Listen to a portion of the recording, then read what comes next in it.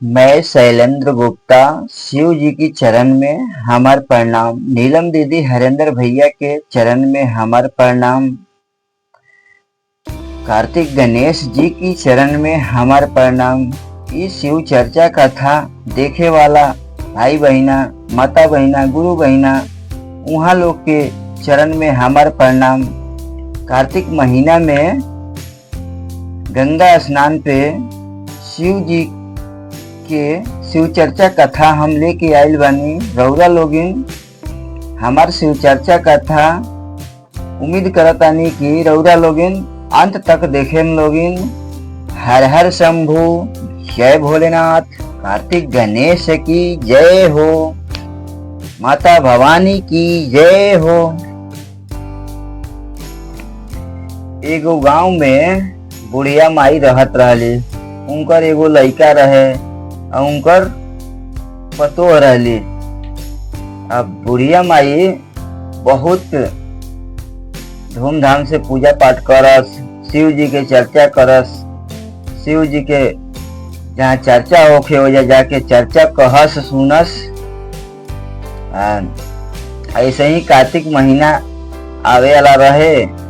कार्तिक महीना आवे वाला रहे तो अपना बेटा पतोह से कहे लगली कि हे बबुआ, हमरा के ले जाके हरिद्वार छोड़, हम जाएम गंगा स्नान करे। तो उनकर लइका समझावे लगलन, कहे लगलन कि देख माई, तू कार्तिक महीना ही चलत आटे, एमे ठंडी बड़ा पड़त आटे, तू मत जा नहाए। काहे कि तबीयत खराब हो जाई, ठंड उंड लग जाई, तू मत जा नहाए। तो ई मनली ना, कहे लगली कि ना, तू बेशक ले जाके हो जा छोड़ दिया हरिद्वार में, छोड़ के तू चल आइया वापस। ना मनला के बाद लइका कहे लगलन कि ठीक बाटे, कोनो बात नहीं। कि अपना वो मेहरारू से कहलन कि वो माई तो मानिहन ना, तो एगो काम कर, मिठाई उठाई पकवान वगैरह बना दो, ले जाके हम गंगा स्नान करावे खातिर हरिद्वार ले जाके पहुंचा आवतनी। तो अगला दिन पूरी पकवान वगैरह बनैली, मिठाई उठाई बना देली। दोनों माई बेटा चल देलक लो हरिद्वार के लिए। तो हरिद्वार ले जाके ओजा पहुंचा देलन। ओजा बहुत लोग रहे तो कह दिलन कि हमरा बुढ़िया, हमार माई के ख्याल रखिया लोगिन, काहे कि बूढ़ बाड़ी। तो ओजा देख रेख करे वाला लोग रहे। वो कहलक कि ठीक बाटे, तू यही जा रख के चल जा। तो ओजा रहे लगली। रोज सुबह में जागस, जाके स्नान करस, गंगा स्नान, पूजा पाठ भक्ति भाव बढ़िया से करस। एगो झोपड़ी रहे, झोपड़ी में ही रहस और पूजा पाठ करस। ऐसे ही पूरा कार्तिक महीना में रहली हो जा। कार्तिक के 4 दिन बच गई रहे। 4 दिन बच गई रहे तो सुबह के टाइम रहे। उनका गेट पे आवाज आवता, खटखट के आवाज आवता। तो जैसे वो गेट खोल के बाहर देखा तारी तो एगो आदमी उनका दरवाजा पर खड़ा रहे। तो पूछली कि तू के हुआ, काहे खातिर खड़ा बार? तो हम सावन हई, हमरा बहुत जोर से भूख लागल बाटे, कुछ होखो तो हमरा के खिया द। तो बुढ़िया माई कहे लगली कि काहे ना, हईली मिठाई हम घर से ले आइल बनी, और इहे खाई आ खा के पानी पी ली। तो सावन महाराज खैले ना, खा के पानी पी के आ वापस जाता रहन। तो वापस जाए से पहले वो झोपड़ी पे एक लात मार के चल गईलेन। एक लात मार के चल गईलेन। तो अगला दिन सुबह में देखा तारी तो एक कोना सोना चांदी से भर गईल बाटे। फिर कुछ देर बाद कुंडी खटखटौला के आवाज आवत ताटे। तो कुंडी खटखटौला के आवाज आवत हटे, जाके कुंडी खोला तारी तो देखा तारी एक आदमी खड़ा बाटे। तो पूछे लगली कि तू के हुआ, काहे खातिर तू एजा खड़ा बार? तो हम हई भादो, हमरा बहुत जोर से भूख लागल बाटे, कुछ होको तो हमरो के खियावा कुछ। तो बुढ़िया माई कहली काहे ना, खैली मिठाई, मिठाई खा के रउरा पानी पीही। तो मिठाई खा के पानी पियलन और वापस जाता रन सावन भादो महाराज। तो वो एक लात झोपड़ी पे मारा तारन और झोपड़ी पे मार के चल गईलन। तो कुछ देर बाद देखा तारी कि एक बारी कोना में सोना चांदी से भर गईल। फिर अगला दिन वो कुंडी खटखटौला के आवाज आवत ताटे घर के। तो निकल के गेट खोला तारी तो देखा तारी कि एक बारी आदमी खड़ा बाटे। तो फिर पूछा तारी कि बतावा तू के हुआ, काहे खातिर खड़ा बार? तो हम कुआर हई, हम कुआर हई, हमरा बहुत तेज भूख लागल बाटे, कुछ हमरा के खियाव। तो बुढ़िया में कहली ठीक बाटे, हम ले आवतनी। तो मिठाई ले आली, मिठाई ले आके पानी वानी पियली। कुआर महाराज जब वापस जाता रहन तो एक लात वो मार के जाता रहन झोपड़ी पे। तो झोपड़ी पे मार के जाता रहन तो देखता रहन, ये देखा तारी कि एक बारी कोना सोना चांदी से भर गईल। फिर अगला दिन सुबह में फिर कुंडी खटखटौला की आवाज आवत ताटे। तो जाके देखा तारी, गेट खोला तारी, देखा तारी तो एगो आदमी खड़ा बाटे। तो पूछा तारी कि रउरा के हई, काहे खातिर खड़ा बानी? तो हम कार्तिक महाराज हई, हमरा बहुत तेज भूख लागल बाटे, कुछ होको तो खियाव। तो बुढ़िया माई कहली कि ठीक बाटे, काहे ना। गईली उनको के मिठाई ले आके खियली। खियला के बाद कार्तिक महाराज वापस जाता रहन तो देखता रहन, कार्तिक महाराज वापस जाता रहन तो वो एक लात मारा तरन। तो वो झोपड़ी रहे फूस फास के, वो सोना चांदी हो गई, सोना चांदी से भर गई, झोपड़ी बिल्कुल अच्छा बन गई। सोना चांदी से भर गई। तो ऐसे ही अब भी कार्तिक महीना पूरा बीत गए। तो इनकर लड़का अलन इनकरा के ले जाए खातिर। तो देखता रहन कि हो जाता जौन झोपड़ी में करके गए तो झोपड़ी हिले नहीं खे, बिल्कुल सोना चांदी से भर गई बा, महल बन गई बाटे। तो वो जाके लोग से पूछा तरन कि हम अपना माई के छोड़ के गए रहनी है, वो कहाँ बाड़ी? तो वो जाके लोग कहे लागल कि तहार माई बहुत धार्मिक और पूजा पाठ वाला रली हटे, उनके कृपा से ई सोना चांदी से भर गई, महल अच्छा बन गई। तो वो गेट खटखटावत रहन, कुंडी खटखटावत रहन। तो इनकर माई निकलला के बाद वो जब बैठलन पूछे लगलन कि का बात बा, का तू पूजा पाठ कैलू है कि सोना धन संपत्ति सोना चांदी से भर गई, अब महल अच्छा बन गई बाटे। तो ये सब बतैली अपना लड़का से। कितना चले मुताबिक रहे वजह से सोना चांदी बांध के मोटरी चल देलन घर के तरफ। घरे जब जाता रहन तो इनकर बुढ़िया माई के पतो देखली तो बहुत खुश भैली।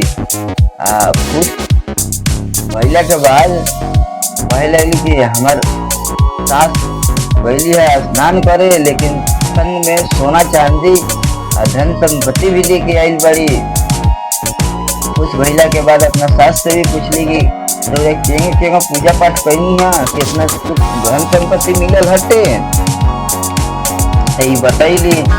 अब इनकर जन पतो रही वो लालच में पड़ गई। लालच में पड़ला के बाद इनकर पतो अपना माई से कहे लगली कि तू हो जा गंगा स्नान करे।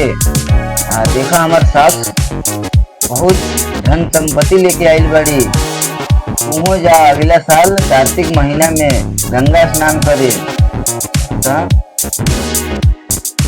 अगला साल कार्तिक महीना आयल तो ये बहुत चढ़ौली अपना माई के। तो उनकर माई कहस कि देख तार सास धार्मिक आदमी बारी, पूजा पाठ करे वाला आदमी बारी, हम इस सब में ना रहे नहीं, हम इस सब पूजा पाठ ना करम, हमरा के तू मत भेज। तो कहे लगली कि ना तू जा, एक बार जा तो तू।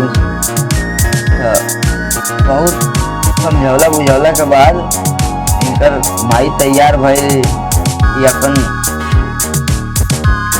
अपना पति से कहे लगली कि हमरा माई के तू रौदा ले जाई गंगा स्नान करावे। संग में हुआ पकवान मिठाई उठाई बनैली। आई अपना पति से अपना माई के कह देली कि ले जाके रौदा छोड़ के आ जाई। तब उनकर पति ले गलन अपना सास के औजा हरिद्वार में ले जाकर छोड़ देलन। देख रेख करे वाला आदमी रहे हो जा, तो वो आदमी से कह देलन कि पिछले साल हम लेके आई रहनी अपना माई के, अब हम लेके आई बनी अपना सासू माँ के, तो ले जाके हो जा छोड़ के वापस आई लेन। तो अगला दिन कार्तिक महीना शुरू होके वाला रहे। तो सुबह में वो जाके लोग जगावे लागल इनकरा के। तो एगो झोपड़ी में छोटा सा गेट खिड़की रहे, खिड़की से निकल के कहता रही कि काहे के रउरा लोग जगावता नहीं लोगिन, तो चला स्नान करे पूजा पाठ करे। तो ये कहे लगली कि ना हम ये सबसे दूर रहे नहीं, सब जोर जबरदस्ती करके हमार बेटी भेजौले बड़ी, हम ना जाए, रउरे लोग जाई लोगिन। तो ये आराम से कमर उमर ओढ़ के सुत गईली। ऐसे ही पूरा कार्तिक महीना बीत गई, एको दिन पूजा पाठ कैली ना स्नान कैली। ऐसे ही कार्तिक महीना 4 दिन रह गई। तो ऐसे ही सुबह में पूरा गेट के कुंडी खटखटावला की आवाज आई। तो जैसे खोल के देखा तारी तो एगो आदमी खड़ा बा। तो पूछा लगी रउरा के हैं आ काहे खातिर खड़ा बानी। तो हम सावन महाराज हैं, हमरा बहुत तेज भूख लागल बाटे, कुछ होगो तो खियाव। कहे लगी कि हमरा खाए के है नहीं के, रउरा के हम कहाँ से खियाई, डांट उठ के भगा देली। तो वो 1 लाख सावन महाराज मार के गईलन। सावन महाराज 1 लाख मार के गईलन। जहाँ 1 लाख लागल तो वो जाए बिल्कुल खज्जर पड़ गई, बिला गई हो जाके झोपड़ी। ऐसे ही अगला दिन भादो महाराज, ऐसे ही अगला दिन कुंडी खटखटाला की आवाज आई। तो जाके गेट खोला तरी तो देखा तरी कि एगो आदमी खड़ा बाटे। कोई पूछे लगली कि रउरा के हैं, काहे खातिर खड़ा बनी। कहे लगलन कि हम भादो महाराज हैं, हमरा बहुत तेज भूख लागल बाटे, कुछ होको तो हमरा के खियाव। ये कहे लगली कि हमरा तो खाए कहले नहीं के, तारा के कहाँ से खियाई, क्या भागा तुम वजह से। तैयो भादो महाराज 1 लाख तो झोपड़ी पे मार के चल गईलन। तो जहाँ 1 लाख लागल रहे तो वो जाके झोपड़ी बिल्कुल बिलाव लाग गई, बिल्कुल खत्म हो गई हो जाके झोपड़ी। तो फिर अगला दिन वैसे ही कुंडी खटखटावला की आवाज आवत ताटे। तो जाके ही गेट खोला तारी तो देखा तारी कि वो आदमी खड़ा बाटे। तो पूछा तारी रउरा के हैं, काहे खातिर खड़ा बानी। तो कहे लगलन कि हम कुआर महाराज हैं, हमरा भूख लागल बा बहुत तेज, कुछ होको तो खियाव। तो कहे लगले कि हमरा तो खाए के हईले नहीं खे, तारा कहाँ से खियाई। उनको के डांट के भगा देली। तो वो 1 लात मार के गईलन झोपड़ी पे। अब जहाँ जहाँ झोपड़ी पे एक एक लात लागल बाटे वो झोपड़ी बिलात गईल बाटे। त ऐसे ही अगला दिन फिर कुंडी खटखटाला के आवाज आवत ताटे। त जाके गेट खोला तारी त देखा तारी कि एगो आदमी खड़ा बाटे। तो ये पूछली कि के हवे, तू के हुआ, काहे खातिर खड़ा बाड़ा? तो हम कार्तिक महाराज हई, हमरा बहुत तेज भूख लागल बाटे, कुछ होको तो खियावा, कुछ होको तो खियावा। तो कहली कि हमरा तो कुछ खाए के हईले नहीं खे, तारा के कहाँ से खियाई? तो कार्तिक महाराज गुस्सा में एक लात मरनी आ श्राप देनी। तो श्राप देहनी तो वो ओजा गधई के रूप धारण कर लेली मनुष्य से। आ बिल्कुल खड़ा रहली चुपचाप, अपना गधई के भाषा में स्वर निकालस, आवाज निकालस। तो ऐसे ही इनकर ये अपना सासू माँ के ले आवे खातिर गैलन हरिद्वार। तो देखा तरन कि वो झोपड़ी में तो केहू हईले नहीं थे, आऊ गधई बाड़ी। तो वो जाके लोग से पूछे लगलन कि हमार सासू माँ के छोड़ के गई रहनी है, तो हमार सासू माँ कहाँ बाड़ी? तो वो जाके लोग कहता इहे नु है तार सासू माँ जौन गधई बाड़ी है दे। तो ई काहे हो गईली हट्टे पूछे लगलन सब लोग से। तो सब लोग बोले लागल कि तार जौन माई पिछले साल आई रहली वो तो धार्मिक आदमी रहली, पूजा पाठ करत रहली, सच्चा दिल से पूजा पाठ करत रहली। लेकिन ई तार जौन सासू माँ बाड़ी ई बिल्कुल ये सबसे मतलब ना रख हटे। एको दिन ना नहैली है ना पूजा पाठ कैली हटे, ना नहैली है ना पूजा पाठ कैली है। ये चलते इनकर शराब मिल गईल बाटे। तो वजह से ई का कइलन, बोरा में उ गधई के भर के लेके चल अइलन। लेके चल अइला के बाद ले आके अपना घर पे रखा तरन। तो इनकर जौन मेहरारू रहली वो बहुत खुश भइली, कहली कि संपत्ति बहुत लेके आइल बानी यहाँ के, हमार माई पीछे से आवत हुई हैं। तो जाके पूछे तारी कि हमार माई कहाँ रह गईली, बहुत संपत्ति लेके आइल बानी रउरा। तो कहतारन कि संपत्ति का इहे बोरा में तहार माई बाड़ी। तो बोरा खोलली तो उनमें से गधई निकलली। तो कहले ई केंगा हो गई हट्टे, ई केंगा हो गई हट्टे। तो कहे लगलन पूरा विधि बतैलन कि हेंगा भइल हट्टे। ई तो एको दिन ना नहैली है ना पूजा पाठ कैली है, ये वजह से श्राप मिलल बाटे। अभी हो टेंशन में पड़ गईली। टेंशन में पड़ गईला के बाद ज्योतिष पंडित लोग के कुछ बोलैली। तो ज्योतिष पंडित इनकरा के समस्या के समाधान बतैलक। कहलक कि ई गांव में बहुत विद्वान पुजारी और भक्ति भाव जे करत हुई, उ आदमी के नहाइल पानी से इनकरा के 1 साल नहवाइबू तब जाके इनकर पाप कटी। तब बहुत ही टेंशन में पड़ गई। धीरे धीरे टेंशन में पड़ला के बाद अपना सासू माँ से जाकर पूछा तरी कि ई बताई रउरा बहुत पूजा पाठ करेनी, भक्ति भाव करेनी, अपन नहाइल पानी हमरा के दे दी, हम अपना ई माई के नहवाएम तो इनकर पाप कट जाई। इनके सासू माँ कहली कि काहे ना, हम नहाइल पानी हमार वो तो नाला में ही जाला, वो पानी तो ले लिया, लेके नहवाओ। तो हर रोज वो पानी के एगो बर्तन में इकट्ठा करो, वही पानी से नहवा बस। ऐसा ही पूरा साल निकल गईल। कार्तिक महीना आवे वाला रहे। कार्तिक महीना आवे वाला रहे तो फिर वो हरिद्वार इनकर गधई सासू माँ भई रहली, उनकरा के ले गईलन। ओजा ले जाके पूरा महीना रहलन। गंगा स्नान करैलन। गंगा स्नान करैला के बाद जितना इनकर पाप रहे धीरे धीरे कट गईल। ओकरा बाद वो मनुष्य के जन्म में फिर परिवर्तित भइली, गधई से मनुष्य बन गईली और उनकर सब पाप कट गईल। यही से कहल जाला कार्तिक महीना में हर आदमी के गंगा स्नान करे के चाही।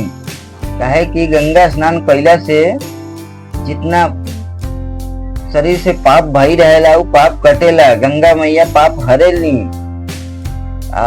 शरीर के शुद्ध विचार करेनी। हम यही या कहानी के अंत करे जाता नहीं। हमार कहानी अच्छा लागल होगी तो लाइक करें, शेयर करें, सब्सक्राइब करें और प्यारा से प्यारा हर हर महादेव गंगा मैया जरूर से जरूर लिखे लगे। हर हर शंभू, जय भोलेनाथ।